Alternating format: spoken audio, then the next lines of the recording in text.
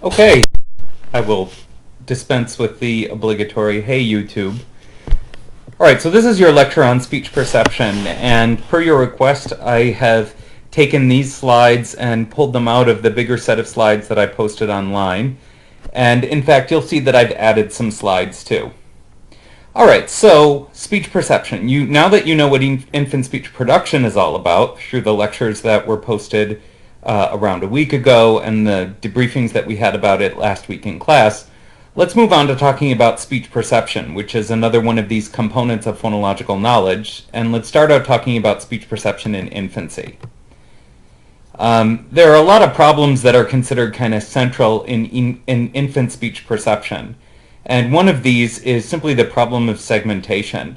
Children are confronted with a continuous speech stream. So this is one of the things that we like to illustrate in courses on speech science, that the text that you're looking at on the slide right now has these big gaps between the words, and so you know when one word ends and another begins, but the speech stream has no such cues. Everything is blended together. And so infants have, as one of the tasks that they have to take care of early in life, is to figure out what the speech stream is composed of. And there are a lot of ideas that have been batted around for how infants might do this. One of the big, sort of zeitgeist is the word I'm thinking of. One of the big ideas that was very popular in the 60s and 70s was that infants had an innate capacity for speech perception. And this was around a time that everybody wanted to propose all of these innate capacities for language and processing and acquiring language. And there is some evidence that infants do have a preference to listening to speech over spectrally similar non-speech auditory signals, even very early in life. But there are some other things that really help infants with speech perception, and one of these is child-directed speech. So you will remember that in class on 918, we talked about child-directed speech because a lot of the videos of infant speech production that we looked at had instances of parents using child-directed speech with their infants. And child-directed speech is something that is certainly not uniform across cultures, which is to say that you're not going to find individuals producing child-directed speech in every single culture out there. And there's been a lot of work from linguistic anthropology looking at different cultures and saying that they don't, anthropologists observing that they don't see caregivers producing infant-directed speech to kids. But it is common in mid-SES, so mid-income, upper-income homes in North America. And some of the characteristics are those listed on the slide here, and ones that are familiar to you all from a lot of different things, not the least of which being interacting with infants yourself. One of the things that's interesting about infant-directed speech is that it is superficially similar to pet-directed speech. So think of the way that you talk to your pets. And one of the things that seems to be unique about child-directed or infant-directed speech that's different from pet-directed speech is the second thing on the slide here, hyperarticulation. So one of the things that people do in infant-directed speech is they make phonemes more different from one another. So S might be even more distinct from esh and theta in child-directed speech than in adult-directed speech.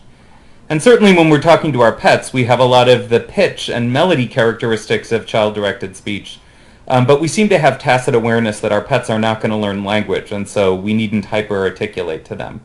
Now this is something that people love to bring up in discussions of child-directed speech, and it's worthwhile to point out that this has been shown in one study. So that's a finding that is in need of a replication. Okay, but child-directed speech is a special signal that in many ways highlights the, not highlights, but in many ways facilitates the learning process. So, for example, if you have very short utterance lengths, then you're cutting down on the segmentation problem, because if you just have a single word, well, there's no segmentation, at least word-level segmentation, that you have to worry about at all. If you have just a two-word utterance, then there's just one boundary between the two words that you need to find. Moreover, having things like very distinct phonemes makes the speech easier to understand in background noise and makes the individual sounds that the words are composed of easier to understand. And one of the things that really got people thinking that infant speech direction might be innate was a finding that emerged in the early 70s. So this is one that was published in the journal Science in 1971. And I mention it here not because I think it's strong evidence of the innateness of speech perception, but because it's an illustration of one of the methods that we can use to study infant speech perception. So what you're looking at here are infants' sucking responses. So these are 4-month-old infants, and what they're doing is they're just listening to strings of consonant-vowel syllables. And, infants, the sucking response is an early response that infants have, and this is a very good one because it helps the infants to, ingest nutrition. And it happens to relate to infants' overall sense of arousal. And so if an infant is sort of, relaxing there, and this is I'm pointing at the sucking rate of an infant who's just sort of sitting on his mom's lap or a caregiver's lap, that infant's sucking rate in this case is going to be below 30 per whatever unit of time this is. Well, if you start playing a set of consonant-vowel sequences, then suddenly the infant is going to get aroused by them. The infant is going to pay attention to them because there's something new and different in the environment. And after a while, those will start to get boring. The infant will get used to them, and the sucking rate will go down. And then what's being shown here is that at the dashed line, the infants changed at the dashed line, there was either there was a shift in the stimulus or no shift in the stimulus. So in this leftmost graph here, the consonant-vowel sequence changed from being, I believe it was a voiceless consonant, to one that was voiced. So like a stop consonant changed in voice onset time. So it would have been like pa, pa, pa to ba, ba, ba. What the middle graph is showing, I'm pretty sure this is right, what the middle graph is showing is a case where the stimulus changed, but it only changed by a couple dozen milliseconds of voice onset time.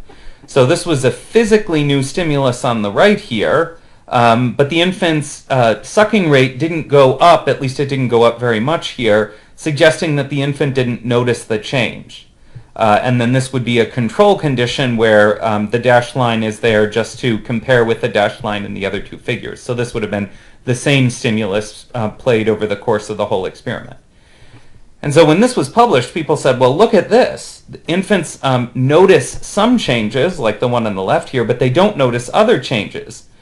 And this suggested to people that infants had an innate capacity to know when changes were meaningful in the language and when they were not. What this is showing is essentially like adult categorical perception.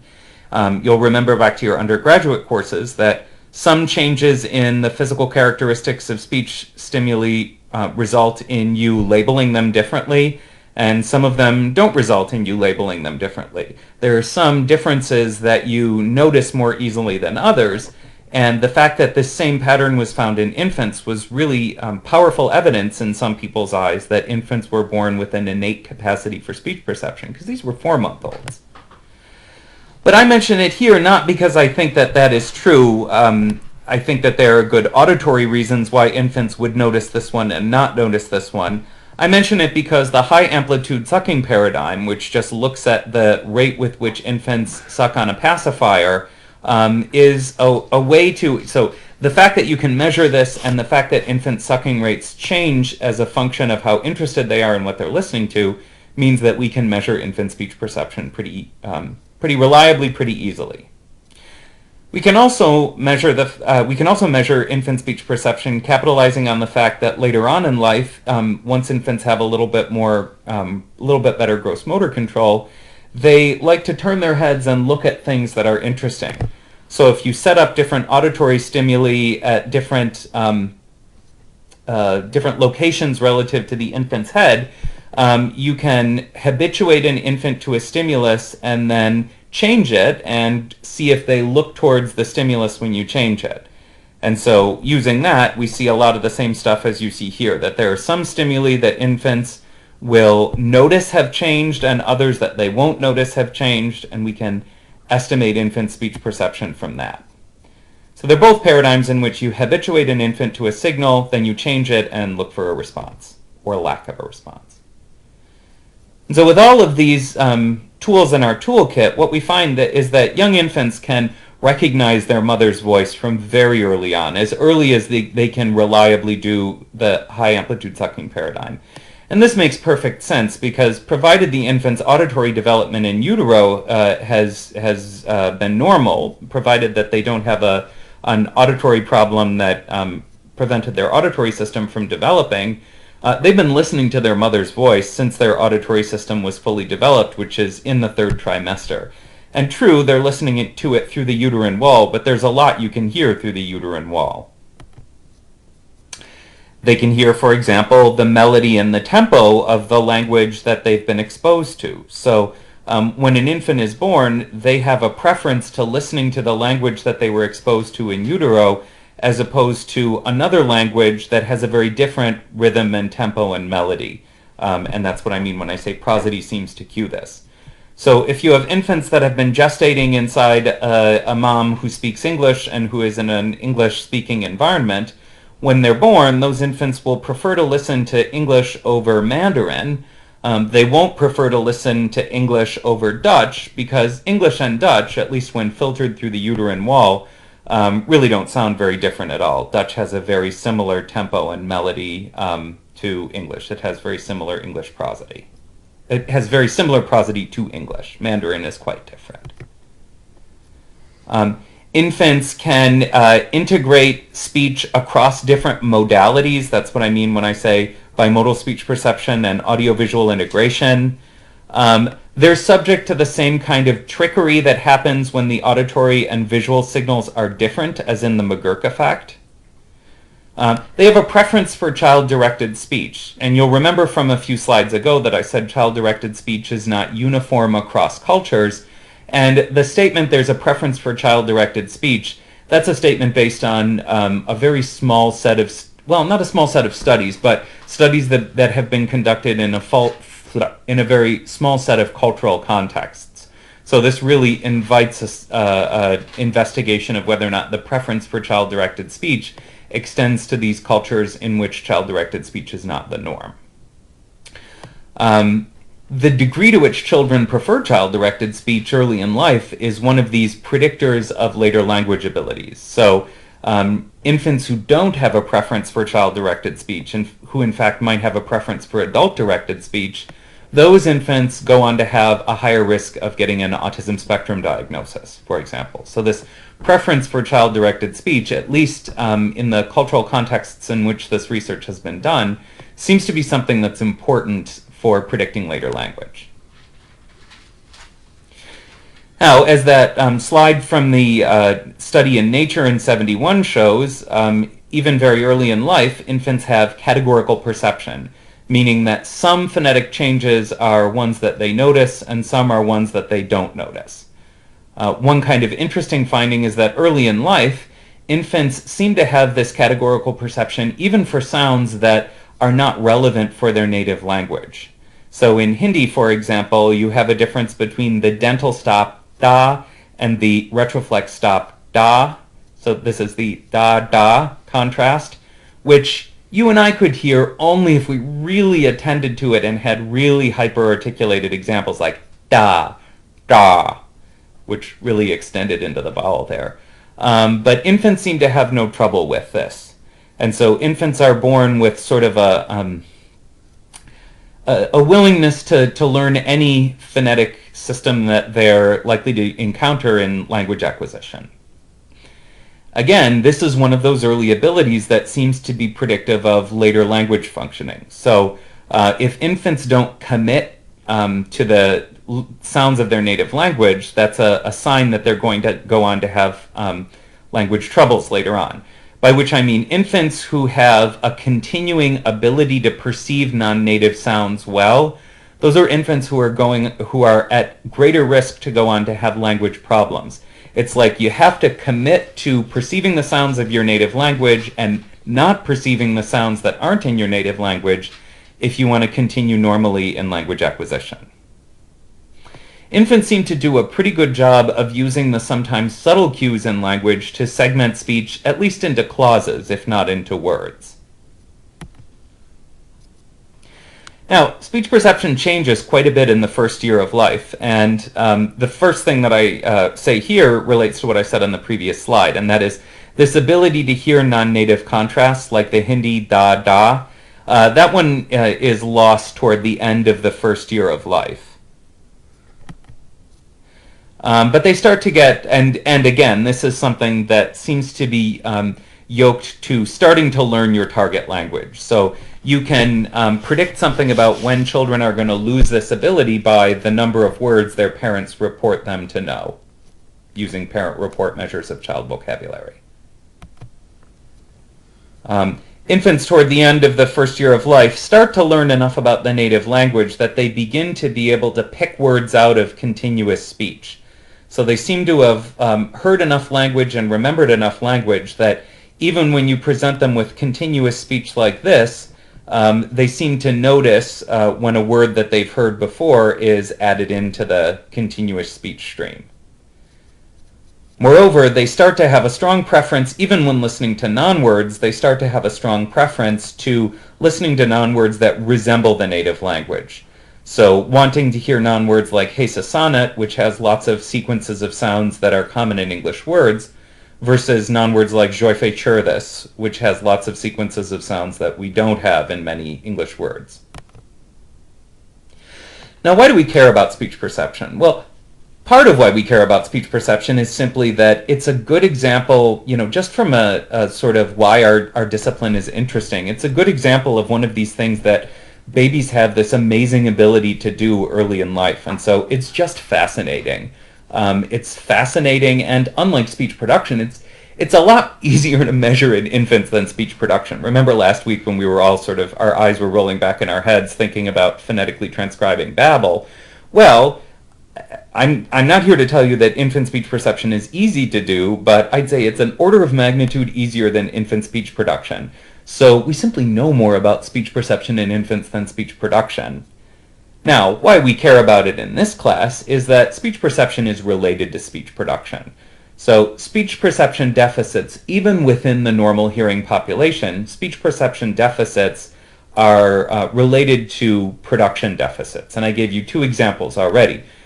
Children who don't have a preference to listen to infant-directed speech are at greater risk of developing autism later on in life, and children who don't commit to perceiving the sounds of their native language and forget about perceiving the sounds that aren't in their native language, those kids are more likely to have a language disorder later on in life than the kids who commit to their native language and perceive the sounds of their native language better than the non-native sounds. Moreover, as I alluded to a few slides ago, this ability to perceive non-native sounds seems to be tied very closely in development to learning vocabulary items. So speech perception, the shift from sort of language general to language specific perception seems to be triggered by learning words in your native language. And there's pretty good evidence that deficits in production, like the speech sound disorders, phonological disorders, even childhood apraxia of speech, this disorder that we'll talk about as a sort of pure motor disorder, that those disorders are associated with deficits in speech perception.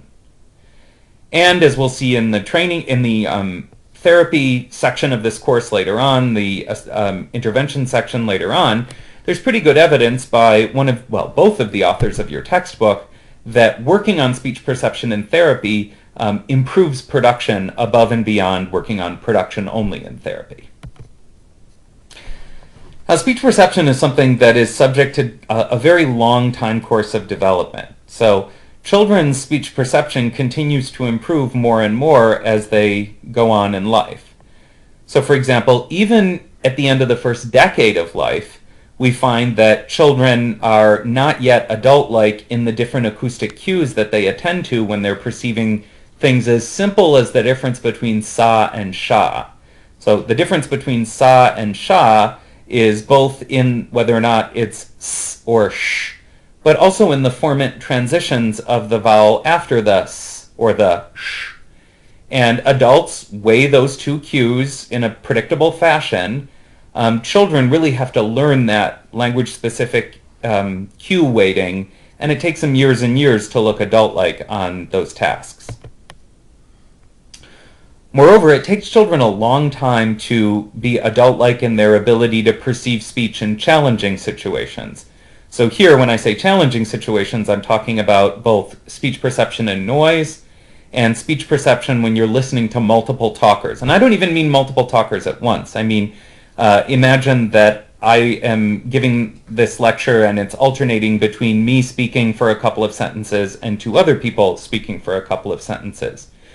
That's actually a harder task than simply listening to me over and over again. So you might be sitting there wanting to make a joke about listening to me droning on and on and on is boring, and perhaps it is.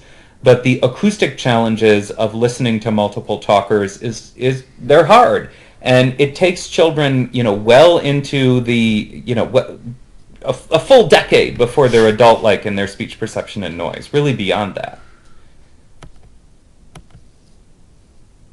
Another example of later speech perception development is that if a word has acoustic information that is masked or removed, so masked with noise like a slamming door, or removed artificially, like think about talking on Skype and something cuts off for a few hundred milliseconds.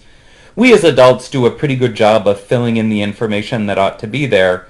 It takes children, well over a decade before they reach adult-like levels in this ability. That was my first research study back in 1997, was looking at that.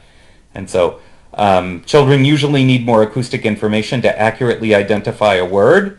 And in my very first research study, finished in 97, published in 2001, what I found is that the thing that best predicts how much acoustic information a child will need to recognize a word is how many words they know. So it seems like the more words you know, the more easily you can fill in information that isn't there. And that makes nice intuitive sense. Okay, well, what about speech perception and how it relates to the kinds of speech sound disorders we see in this course? And so right away here you'll see that we're jumping ahead to a different part of the slides that you already have. So is there a causal link between speech perception difficulties and speech sound disorders in children? And here, we can think of lots of different speech perception tasks that have been given to adults that we could use to assess this.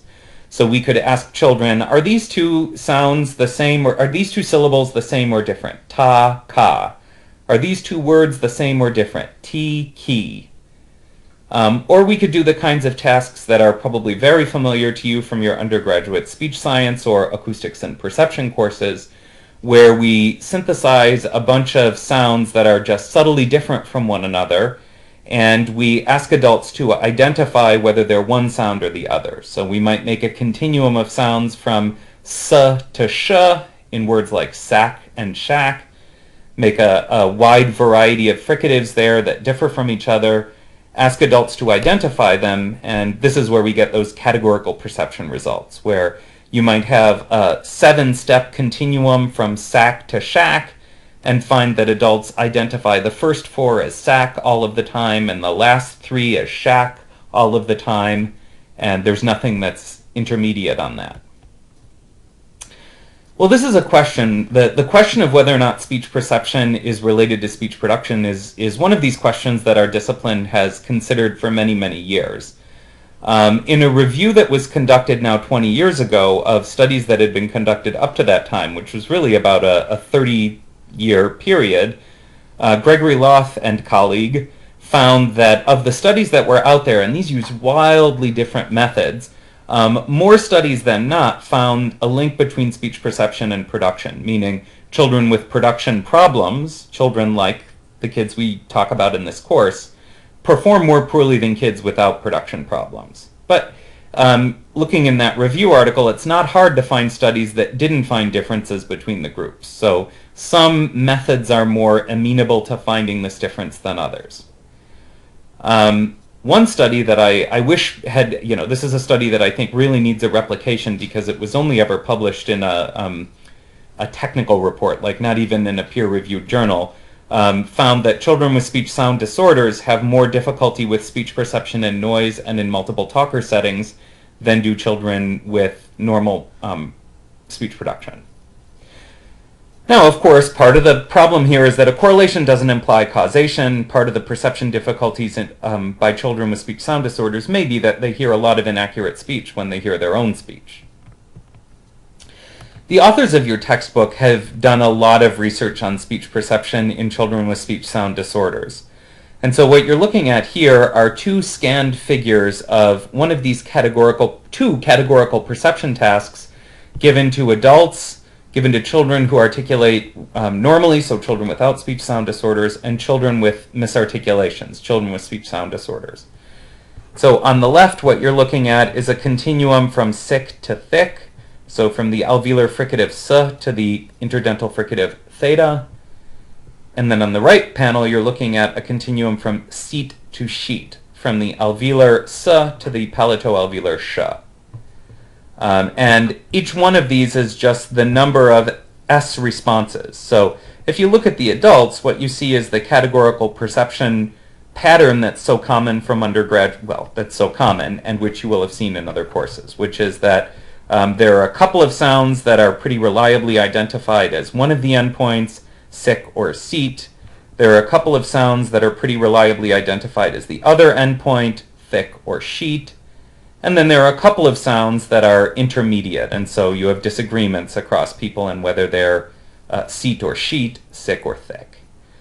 What you see is that the children with misarticulations really don't have that sharp categorical perception pattern.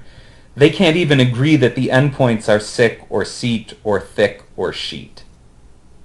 And so this is one of the things that really started our textbook writers on their career of trying to understand why this is and how we can best address this in therapy. Now, one of the problems here is that measuring, now these are new slides, by the way, so when you told me that I should pull the slides out and put them in a new packet, that emboldened me to add new slides to this, and so here are some new slides that aren't part of the old packet.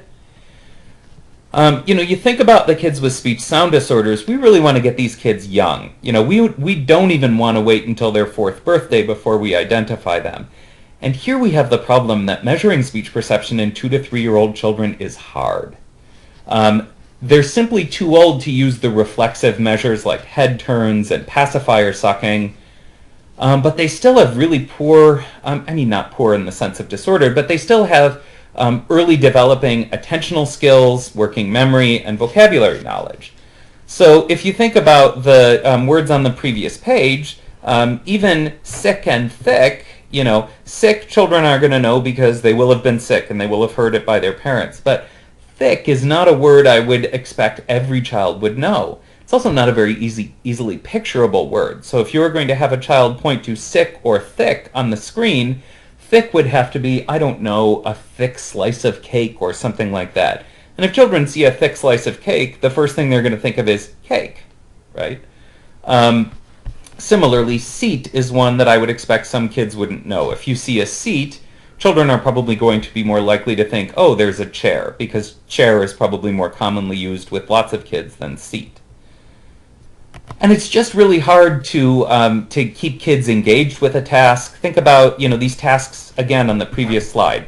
So there were 7 stimuli. Imagine that you presented them 5 times a piece. So kids were hearing 35 things and pointing to whether it was sick or thick. Well, after a couple of them, most kids that young are going to say, but I already told you what it is. It's not natural for them to hear something 35 times over and to know this is a game where I have to point to it every time I hear it. It's just not part of their daily routines. Now, I talk about the Learning to Talk project, but Learning to Talk has a lot of different projects. And the one that Jan Edwards and Mary Beckman and I did most recently was actually called Skills for Words. So this is small kids learning language sounds for words. In Skills for Words, we had a couple of speech perception measures that we gave to 2 to 3-year-olds. One of them is an eye tracking measure that there's no use to talk about here because it's not clinically feasible in its current form. But the other one was one that we sort of added on at the last minute, and it ends up being pretty useful. And I sort of laugh because I'm surprised and happy that it ended up being so useful. So this was something that my doctoral student Adrian Bayless and I and our colleague Carlin Moeller, who was the head of the Cleft Palate Clinic for many years, developed to examine speech perception in children with velopharyngeal insufficiency, so children with different craniofacial anomalies. So Adrian basically just took pairs of picturable words that differed in just one sound, played a single word to children, and had them point to one of the two pictures. So this is a really easy task. And part of why Adrian wanted it to be a really easy task is that Adrian is Adrian Bayless, is that she was looking at kids with certain genetic disorders that also sometimes have depressed IQ. And so she wanted this to be a speech perception task that would have very little to do with non-linguistic cognitive ability. And if you want to hear more about it, you can look at, there are a couple of papers that I've published on kids with speech sound disorder using the task, and then Bayless, Munson, and Moeller 2008 talks about it with the kids with velopharyngeal dysfunction. So you got 3 references there, and if anybody wants these posted on the Moodle site, just ask me. I almost said WebCT, which we haven't used for about 10 years, so I'm old. All right, so here's the way that we made this even easier in our current study, in the Skills for Words study. So we even named the pictures first. So children would see something like this. They'd see this picture, and they'd hear man. Then they'd see this picture and hear moon. Then they'd see these 2 pictures and hear moon. Now that's actually a different token of the word moon from the one on the previous slide. So they had the pictures named for them, and then they hear a third token, and all they have to do is point to man or moon. Okay. And these are the actual pictures of man and moon that we used. So you might think, man, that's easy. Man, that's easy. Moon, that's easy. Did I get a laugh? Well, it does seem easy, but as you'll see, almost nobody got 100% on it. And this is a valuable method because it removes some of the bedeviling confounds of other experiments. First of all, we only picked words that were going to be familiar to children based on acquisition norms. So this means there were only so many pairs of words that we could even use. You wouldn't think children would have problems perceiving the difference between the and man and the oo in moon, but we wanted to use as many pairs of words as we could with these kids. We named the words first, so we minimized any picture familiarity component, and we only had 1 word on each trial, so it really minimized working memory. Now, it worked in the sense that the performance on that minimal pair identification task is correlated with variables that others have shown to be correlated with speech perception. Now this is true even in a very small age range. So these were 28 to 39-month-old children, and in the 170 children who we have a full set of data on we find that the correlation with production accuracy and vocabulary size is around 0.4, and this is even when the effective age on both those measures, so it's partialing out the effective age, think back to your stats courses, even when the effective age is controlled. Now, these are just preliminary analyses and they shouldn't be cited for research sake, but they are presented for illustration's sake. I should say that in the other papers in which I use this measure, the correlations are even stronger, but there's a wider age range, and so the correlations are also a little bit more fragile because even though we're partialing out the effects of age in those studies, I worry that we have a broader age range. But point being, this minimal pair task is pretty useful, and I would recommend that you consider using a task like this, and we'll revisit it when we talk about assessment. You consider using a task like this in your own clinical work because it's so age appropriate. So to tie up this little section of notes, speech perception is correlated with production accuracy in children, and there are good reasons to believe that why this should be so. There's a lot of evidence that speech perception has a protracted time course of development in typical kids, and so it makes good sense that we should find that speech perception deficits are related to speech production deficits in kids with speech sound disorder. And that's what we've got.